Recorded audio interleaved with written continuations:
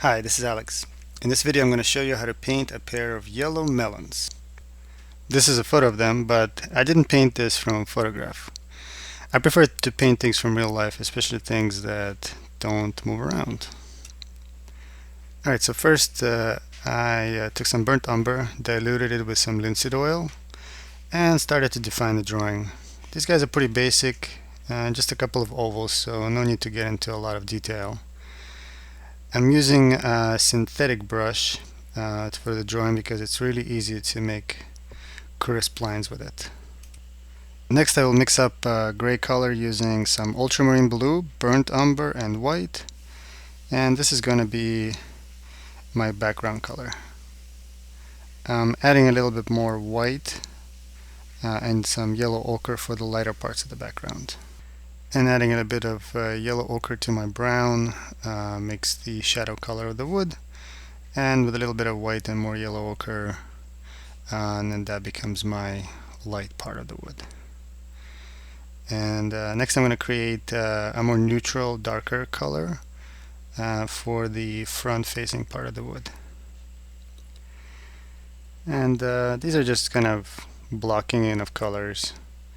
I'm going to add a couple of cracks to the front face just using that same dark brown color.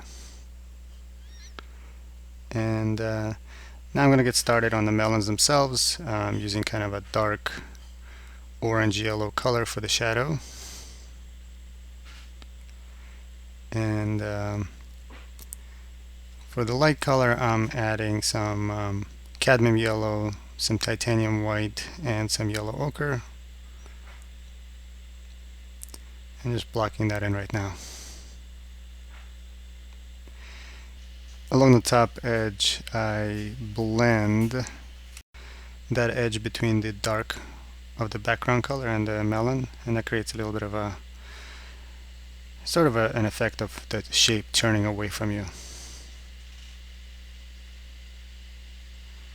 So now these are the kind of the ridges, the ribs of the melon, and they look kind of white when you look at them, but they're actually yellow. So I'm using just a lighter yellow color, and then for the shadow almost like a gray color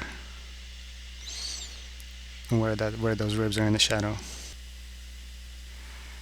And where there's almost no light at all, I'm using an even darker kind of gray color. I'm actually digging the way that looks right now. And the same thing for the other melon that's on the right.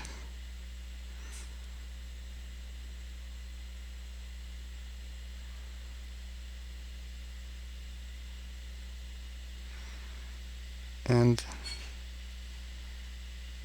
the surface of the wood, it's pretty worn out, kind of. It's very weathered, so I needed to add a little bit of gray to it, kind of cool it off from what I originally put down. But because I have that kind of warm color underneath, that gray actually looks really nice. If I just use gray straight, probably wouldn't look right. I'm just blending a little bit the shadow, the sort of the edge between the light and shadow. And then I added a little bit of kind of a blue-gray into the shadow because it's sort of reflected from the background. And so this painting is about more than halfway done, so now I'm just working on some of the details, refining those edges and corners, and that kind of gives the painting a more finished look. I'm also adding a little bit thicker paint in the lighter parts of the sort of the areas that are hit by light, and adding some highlights with pure white on those lighter ribs of the melon. So I'm just going to add a little bit of a complementary purple to the front face of the wood, and that just sort of helps that color a little bit and makes it a little bit more interesting looking.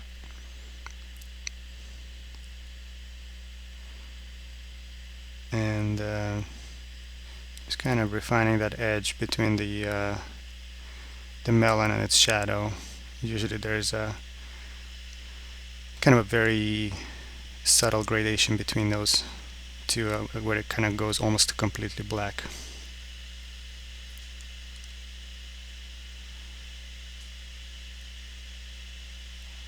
So now just making the darks of the background a little bit darker, pushing those back a little bit more.